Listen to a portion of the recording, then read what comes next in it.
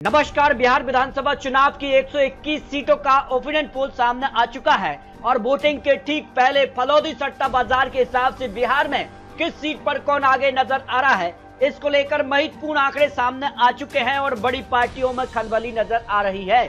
और 2025 की अग्नि परीक्षा में कौन होगा पास, क्योंकि इसको लेकर अपने अपने जीत के दावे किए जा रहे हैं। एक तरफ महागठबंधन तो एक तरफ एनडीए गठबंधन। किस गठबंधन की सरकार बिहार में बनेगी, पहला चरण क्यों महत्वपूर्ण माना जा रहा है और पहला चरण तय कर देगा कि बिहार में अगली सरकार किसकी बनने जा रही है। क्योंकि लेटेस्ट सट्टा बाजार के जो भाव सामने आ रहे हैं उस आधार पर बड़ी पार्टियों में खलबली मच चुकी है।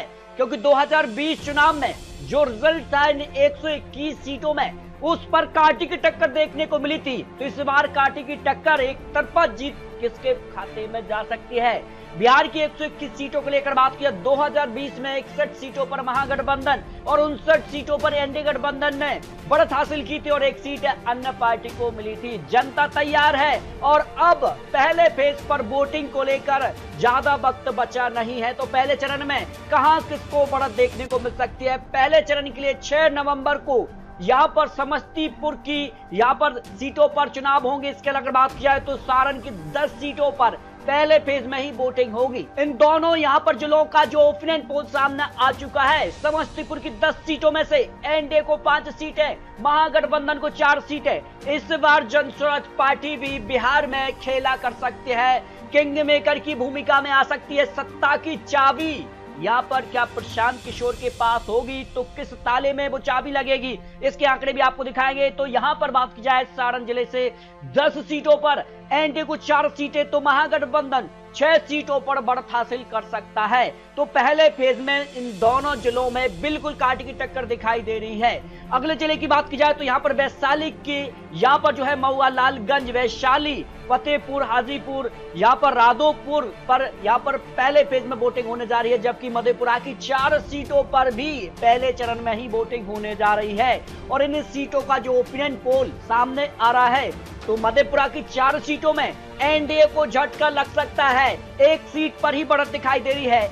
इंडिया गठबंधन 3 सीटों पर बढ़त हासिल कर सकता है, जबकि वैशाली की 8 सीटों में भी एनडीए को यहां पर झटका लग सकता है, 3 सीटें। और इंडिया गठबंधन 5 सीटों पर बढ़त हासिल कर सकता है, जो बिहार को लेकर बिल्कुल लेटेस्ट आंकड़े सामने आ रहे हैं। क्योंकि चुनाव के यानी ठीक पहले यानी वोटिंग के ठीक पहले जो आंकड़े हैं वो चौंकाने वाले सामने आ रहे हैं। इसके अगर बात किया जाए तो पहले फेज में ही 6 नवंबर को सहरसा की 4 सीटों पर वोटिंग होने जा रही है।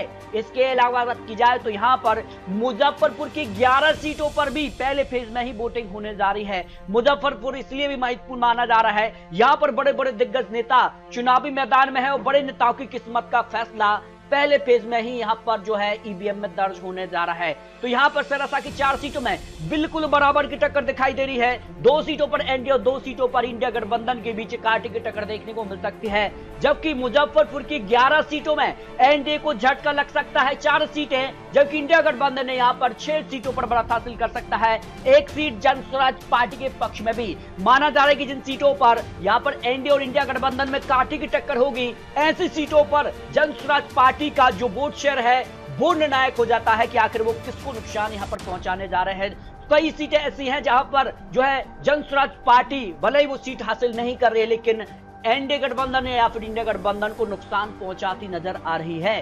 जबकि बात कर लेते हैं बिहार को लेकर 6 नवंबर को ही यहाँ पर खरैया से 4 सीटों पर यहाँ पर चुनाव होने जा रहा है। और इसके अगर बात की जाए तो यहाँ पर जो है शेखपुरा की 2 सीटों पर ही पहले फेज में यहाँ पर चुनाव होने जा रहा है, यानी वोटिंग होने जा रही है। और इन दोनों यहाँ पर जिलों का जो ओपिनियन पोल सामने आ रहा है उसमें अगर बात किया है खगड़िया जिले से 4 सीटों में एनडीए यहाँ पर भी 1 सीट, जबकि इंडिया गठबंधन 2 सीटों पर बढ़त हासिल कर रहा है। 1 सीट एआईवाई पार्टी के पक्ष में भी जा सकती है। जबकि शेखपुरा की 2 सीटों में यहाँ पर 1 सीट एनडीए तो 1 सीट पर ही इंडिया गठबंधन के बीच बिल्कुल कांटे की टक्कर दिखाई दे रही है।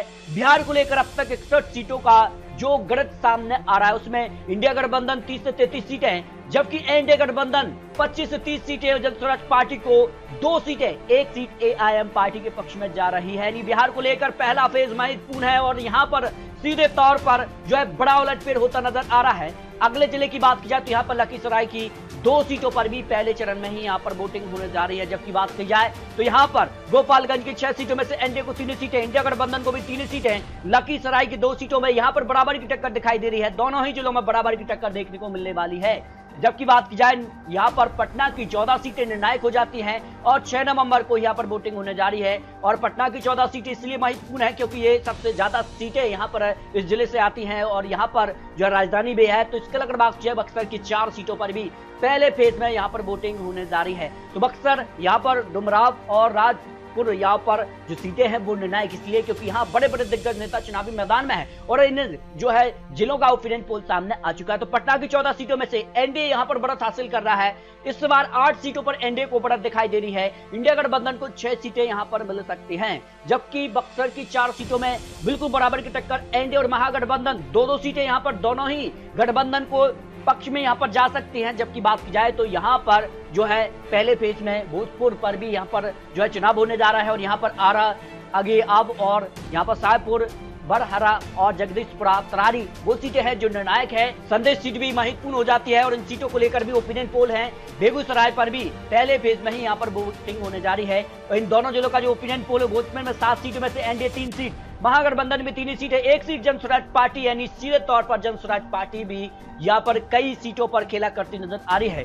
बेगूसराय के 7 सीटों में से एनडीए को 4 सीटें, इंडिया गठबंधन को 3 सीटें जा सकती हैं, यानी यहाँ पर भी बिल्कुल बराबर की टक्कर देखने को मिलने जा रही है। तो बिहार में विधानसभा चुनाव को लेकर हर एक पार्टी पूरी रणनीति के साथ चुनावी मैदान में है। इस बार अगर बात की जाए तो काफी चौंकाने वाले आंकड़े सामने आ सकते हैं। जबकि नालंदा की यहाँ पर जो है पहले फेज में ही यहाँ पर वोटिंग होने जा रही है और नालंदा की जो सीटें हैं वो निर्णायक हो जाती हैं। मुंगेर जिले की भी 4 सीटों पर पहले पेज में ही यहाँ पर वोटिंग होने जा रही है और यहाँ पर अगर बात की जाए तो दोनों जिलों का जो ओपिनियन पोल सामने आ रहा है तो नालंदा की 7 में से एनडीए को 3 सीटें जा सकती है, इंडिया गठबंधन 4 सीटें बढ़त हासिल कर सकता है, मुंगेर की 3 में से एनडीए को 1 सीट और महागठबंधन को 2 सीटें यहाँ पर मिलती नजर आ रही हैं। जबकि बात की जाए सीवान जिले की 10 सीटों में तो यहाँ पर पहले फेज में ही यहाँ पर वोटिंग होने जा रही है।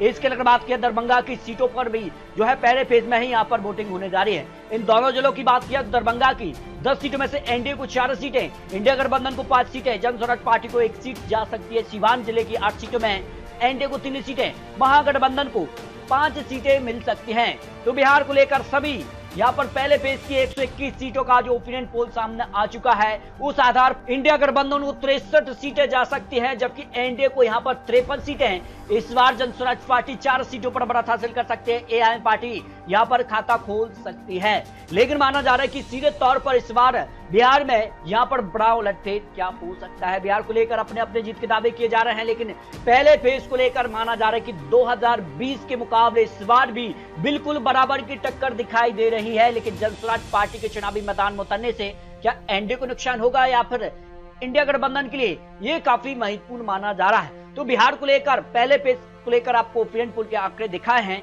फिर भी आपको बता दें चुनावी आंकड़े, चुनावी अनुमान है, जनता तय करेगी। पहले फेज के लिए 6 नवंबर को वोटिंग हो जाएगी और बड़े बड़े नेताओं की किस्मत का फैसला ईवीएम में दर्ज हो जाएगा। आखिर बिहार में अगली सरकार किसकी बनेगी, ये पहला चरण निर्णायक हो जाता है और पहले चरण में किसकी लहर देखने को मिलेगी ये काफी महत्वपूर्ण हो जाता है। तो बिहार को लेकर आप रख सकते हैं। मिलते हैं और लेटेस्ट और महत्वपूर्ण विश्लेषण के साथ, तब तक ले जाए जय भारत।